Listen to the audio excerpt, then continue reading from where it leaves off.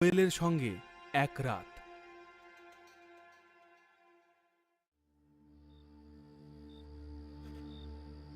Lucky কিছু ভাবা বা বলার আগেই অমিতের ফোন বেজে উঠল। এই ফোন কলটা আসার পরে সবার হার্টবিট বেড়ে গেল।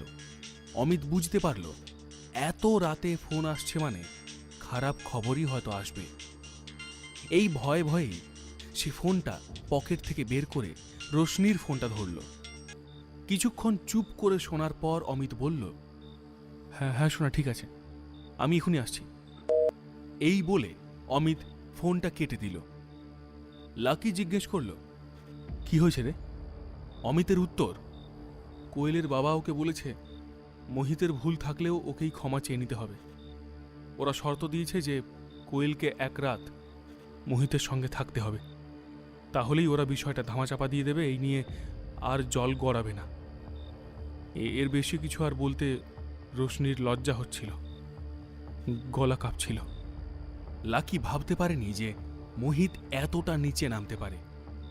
মাথায় হাত দিয়ে তখন অমিত বলল, আমি এই মোহিতের বাবা সোহন রায়চৌধুরীকে অনেক আগে থেকেই চিনি। এরা যে কি ভয়ানক ভাবতেও পারবি না। যেই ওদের বিরোধিতা করবে তা সব শেষ করে দেবে। মোহিতের বাবার নামে যে কত খুনের মামলা আছে কে জানে, কিন্তু টাকা খাইয়ে সব ধামা চাপা দিতে পারে এরা, কোর্ট পর্যন্ত ওদের কেনা। সেদিন যদি আমি সত্যিই জানতাম যে এই মোহিত আসলে সোহন রায়চৌধুরীর ছেলে, তাহলে পুরো ব্যাপারটাই অন্যভাবে ডিল করতাম। লাকি জিজ্ঞেস করল, আচ্ছা কোয়েল যদি ওদের প্রস্তাব না মানে তাহলে কি হবে? চাপা গলায় অমিত উত্তর দিল, কোয়েল রাজি না হলে ওদের কোম্পানি রাতারাতি বিক্রি হয়ে যাবে, আর ওর পরিবারকে বাটি নিয়ে রাস্তায় বসতে হবে। লাকি একটু রেগে গিয়ে বলল, আরে তাতে কিচ্ছু যায় আসে না। কোয়েল মেয়ে বলেই কি তার সঙ্গে এমনটা হবে? ওর বাবাই বা কি করে এই প্রস্তাব নিলেন? একজন বাবা কি করে তার মেয়ের সঙ্গে এমনটা করতে পারেন?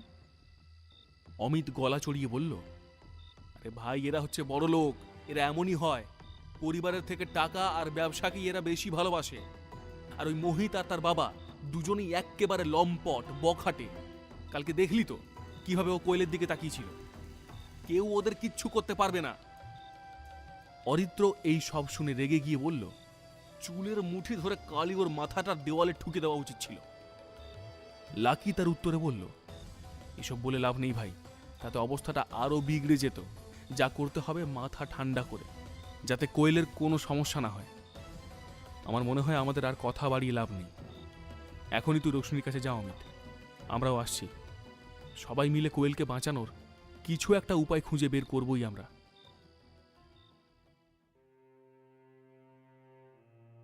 কোয়েল ভয়ে বাড়ি থেকে বেরিয়ে রোশনির হস্টেলে চলে এসেছে। এদিকে অমিত তার বন্ধুদের সঙ্গে নিয়ে রোশনির হস্টেলে পৌঁছে গেছে। দিশা এবং মানসী কোয়েলের বিছানায় বসে আছে, আর কোয়েল দেয়ালে পিঠ ঠেকিয়ে বিছানায় মাথা এলিয়ে বসে আছে। লাকি দেখল কোয়েলের চোখে মুখে চাপা ভয়, গুমড়ে গুমড়ে সে কেঁদেই যাচ্ছে। ঘরে ঢোকার সঙ্গে সঙ্গেই রোশনিকে অমিত জিজ্ঞেস করল, কেমন আছে ও? রোশনি তখন কোয়েলের দিকে একবার তাকিয়ে ফিসফিস করে বলল, কোয়েলের কোনো দোষ নেই, তাও ওর বাবা খুব খারাপভাবে ওকে বকাবকি করেছে। এতটাই বকেছে যে ও বাড়ি থেকে বেরিয়ে এখানে চলে এসেছে। এখানে গত 3 ঘন্টা ধরে কেঁদেই চলেছে, অথচ ওর বাবা মোহিতের সঙ্গে রাত কাটাতে হবে বলে ওকে জোর করছে। রোশনির এই কথা শুনে অমিত খুব রেগে গিয়ে বলল, এ আবার কেমন বাবা? উনি কি মানুষ নাকি অন্য কিছু? রোশনি বলল, না, আমার মনে হয় ওর বাবাকেও এটা বাধ্য হয়েই করতে হয়েছে। কোম্পানি তো তার একার নয়, সেখানে আরও 7-8 জনের পার্টনারশিপ রয়েছে। সবাই এখন ওর বাবাকেই হুমকি দিচ্ছে। তাহলে বলো কি করবেন উনি? ওনারও তো হাত পা এক্কেবারে বাঁধা। উনিই আমাকে ফোন করে কোয়েলের যত্ন নিতে বলেছেন। উনিও ওনার মতো হাজার চেষ্টা করে চলেছেন। সবাই মিলে এসে একবার কোয়েলের পাশে বসল। এদিকে লাকি কোয়েলের বিছানা থেকে একটু দূরেই একটা কোণে দাঁড়িয়ে আছে। অমিত একটু ভরসা জোগানো স্বরে বলে, দেখো কোয়েল, তোমাকে শক্ত হতেই হবে। আমরা সবাই এখানে এসেছি কিছু না কিছু একটা উপায় খুঁজে বের করবই। কিন্তু এই সব কথার যেন কোনো প্রভাব কোয়েলের উপর পড়ছে না। সে কেঁদেই চলেছে। যে যা বলছে তাতে যেন তার কান্না আরও বেড়ে চলেছে। লাকির খুব খারাপ লাগছে। কোয়েলের কান্না যেন সে দেখতে পারছে না। অরিত্র উত্তেজনায় কাবু রাখতে না পেরেই হুট করে বলে বসল, পুলিশকে ফোন করে এখনই সব বলে দেওয়া উচিত। এই শুনে কাঁদতে কাঁদতেই কোয়েল উত্তর দিল, না না, এইসব করার কোনো দরকার নেই। আজ যে কোয়েলকে এই অবস্থায় দেখতে হবে তা ভাবতে পারেনি লাকি। কিভাবে তাকে সাহায্য করা যায় সেই কথাই ভাবছে লাকি। মানুষই একটা টিস্যু দেয় কোয়েলকে। নিজেকে সামলে নিয়ে কোয়েল বলল, অমিত প্লিজ, তোমরা আর পুলিশকে বলতে যাবে না, ওতে বিষয়টা হিতে বিপরীত হয়ে যাবে। পুলিশ ডাকলে আমি আর বাবা দুজনে আরো বিপদে পড়ব। কোয়েল খুব ভালো করেই জানত এরকম একটা সমস্যায় পুলিশ তাকে কোনোভাবেই সাহায্য করতে পারবে না। তার থেকেও বড় কথা হলো, পুলিশকে জানানোর কারণেই তো জল এত দূর গড়িয়েছে। এই সময় অমিত বলে উঠল, সত্যি যদি ফোন কাউকে করতেই হয় তাহলে এমন কাউকে করা উচিত যে মোহিত ও তার বাবার থেকে ক্ষমতা ও অর্থ বলে অনেক বড়। একমাত্র তারাই আমাদের সাহায্য করতে পারবে। আমি আমার বাবাকে একবার জিজ্ঞেস করে দেখছি এরকম কারোর সাথে পরিচয় আছে কিনা। অমিতের কথা শুনে রোশনিও তখন বলে উঠল, আমিও একবার আমার বাবাকে জিজ্ঞেস করে দেখি। দিশা ও মানুষী মোবাইল খুটখুট করছে, কারণ সকলেরই এক প্রকার জানা আছে যে এমন কাউকে পাওয়া খুবই দুষ্কর যারা লায়ন্স গ্রুপকে কোনোভাবে চাপ দিতে পারে। তবুও সকলে কোয়েলকে শান্ত করার চেষ্টা করছে। এদিকে প্রীতম আর অরিত্র চুপচাপ রয়েছে, কারণ ওদের কাছে এরকম কোনো পরিচিতি নেই। ঘরের এক কোণে চুপচাপ দাঁড়িয়ে আছে লাকিও। কোয়েলের দিকে তাকিয়ে এসে বলল, চিন্তা করো না, খুব শিগগিরই তুমি এই সমস্যা থেকে বেরিয়ে আসবে। লাকির কথা শুনে কোয়েল একটু অবাক হলো, তার দিকে একবার তাকালো। সে এতক্ষণ বুঝতেও পারেনি যে লাকিও তার পাশে দাঁড়াতে এখানে এসেছে। লাকিকে দেখার পরেই সে জিজ্ঞেস করল, তুমিও এসেছ? লাকি মাথা নেড়ে জবাব দিয়ে বলল, হ্যাঁ। তবে কোয়েল যেভাবে তার দিকে তাকিয়েছিল তাতে মনে হচ্ছিল এখানে লাকিকে সে চায় না। গতকাল হয়তো লাকি কোয়েলের পাশে দাঁড়িয়েছিল ঠিকই, কিন্তু লাকির প্রতি তার রাগ বিন্দু মাত্র কমেনি। রোশনি তখন বলল, হ্যাঁ কোয়েল, লাকিও আমাদের মতোই তোর পাশে দাঁড়াতে এসেছে এখানে। আমাদের মতোই ও খুব চিন্তিত। এই শুনে কোয়েল কান্না আর রাগ মেশানো কণ্ঠে বলল, চিন্তা নাকি ছাই? কাল যদি ও এখানে না আসতো তাহলে আমাকেও উঠে চলে যেতে হতো না, আর এইসবের কিছুই ঘটতো না। ওর উপর রেগে গিয়ে আমি তাড়াহুড়ো করে বেরোতে গেলাম আর মোহিতের সঙ্গে ধাক্কাটা খেলাম। ও যদি কালকে হিরো হওয়ার চেষ্টা না করতো তাহলে কি এই সব হতো? তুই বল। তুমি এখনই এখান থেকে চলে যাও, বেরিয়ে যাও। আমাকে বিপদে ফেলে এখন আবার এখানে এসেছো আমার পাশে দাঁড়াতে। যাও এখান থেকে। রোশনি তখন তাকে বোঝানোর চেষ্টা করল আর বলল, তুই ভুল ভাবছিস কোয়েল, মাথাটা ঠান্ডা কর। বেচারা তোকে সাহায্য করতেই এখানে এসেছে, আর তুই ওকে এসব কথা বলছিস। রোশনি বুঝতে পারছে না যে কেন সে সব দোষ লাকিকে দিচ্ছে। রোশনি আর কোয়েলের মধ্যে যখন কথা কাটাকাটি চলতে থাকে, লাকি তখন মাথা নামিয়ে চুপটি করে দাঁড়িয়ে থাকে। লাকির মনে হলো তার কারণেই আবার ঝামেলাটা বাড়ছে। এই ভাবতে ভাবতেই সে নিঃশব্দে দরজার দিকে এগিয়ে গেল। অমিত লাকিকে থামানোর চেষ্টা করে বলল, লাকি দাঁড়া, চলে যাস না। কোয়েলের অবস্থাটা বুঝতে পারছিস তো? ও এখন যা করছে, যেটাই বলছে রাগের মাথায় করছে। তুই ওর পরিস্থিতিটা একবার বোঝার চেষ্টা কর, ভুল বুঝে চলে যাস না। লাকি অমিতের কাঁধে হাত রেখে বলল, আরে না রে বাবা, সেরকম কিছু নয়। আমি আর কোয়েলকে বিরক্ত করতে চাই না। আমার জন্য ওর আরও বিরক্ত লাগছে। তুই ওকে গিয়ে বল চিন্তা করার কিছু নেই, সব ঠিক হয়ে যাবে। এই বলে রোশনির রুম থেকে বেরিয়ে গেল লাকি। কোয়েল তখন দাঁতে দাঁত চেপে বলল, আজকের পর থেকে আমি আর এই ছেলেটার মুখ দেখতে চাই না।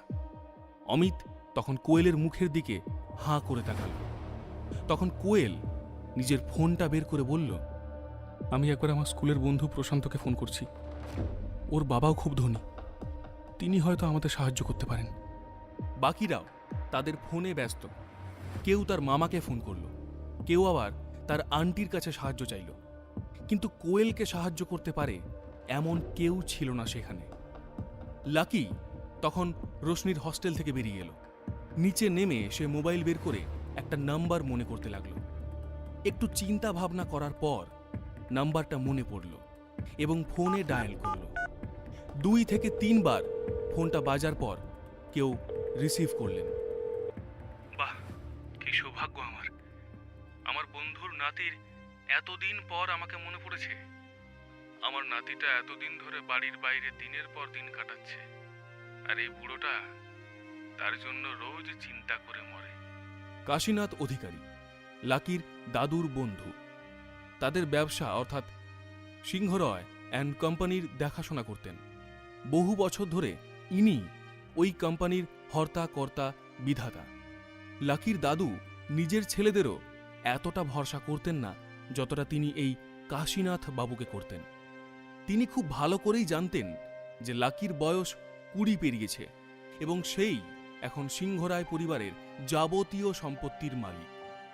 আজ এত বছর পর যখন লাকির কণ্ঠস্বর শুনলেন, তখন তার চোখে জল এসে গেল। লাকি যেদিন বাড়ি ছেড়ে চলে আসে, কাশীনাথ বাবু সেদিন তাকে আটকাননি।